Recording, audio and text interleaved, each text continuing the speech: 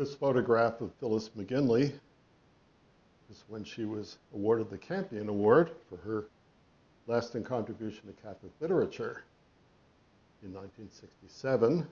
And I have this archival photograph of her receiving the award.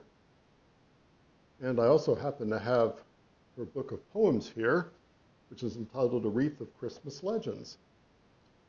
So interestingly enough, I have this book which has interesting references to Christianity and everything. And I'll read you a real short one here, just to show you about Phyllis and her faith. An Irish legend. Whoever's born on Christmas is favored from the start, has laughter and good fortune and a contented heart, is loved by noble company, has all that should suffice.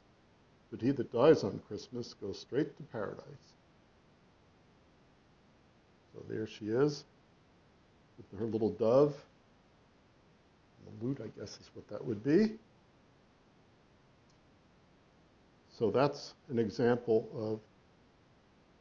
of Phyllis in all of her glory. I just love this little book. It's actually kind of neat to pour through it again.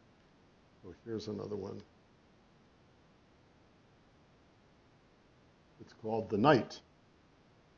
On the night that Christ was born, the rivers, one hears, ran fine and sweetly between their banks, filled not with water but wine.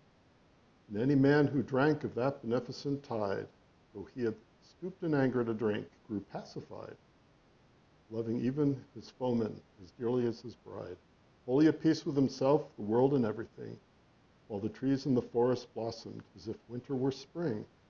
Wow, that's kind of cool. That's very much like my theme in the Christmas tree, where I modeled my author, Gladys McKinley, after Phyllis McGinley. And here we have this beautiful bird in the tree. Maybe that's her chestnut tree there.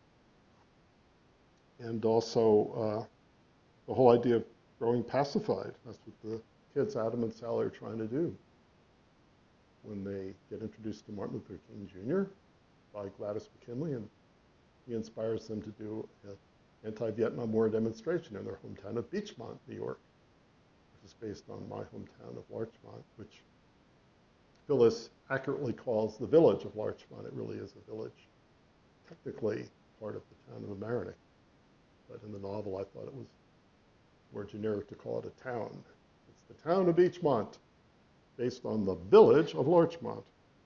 Okay, and that is wrapping this thing up with the little book, and then this beautiful photograph of Phyllis receiving the Campion Award, named after St. Edmund Campion, an English Jesuit priest and scholar.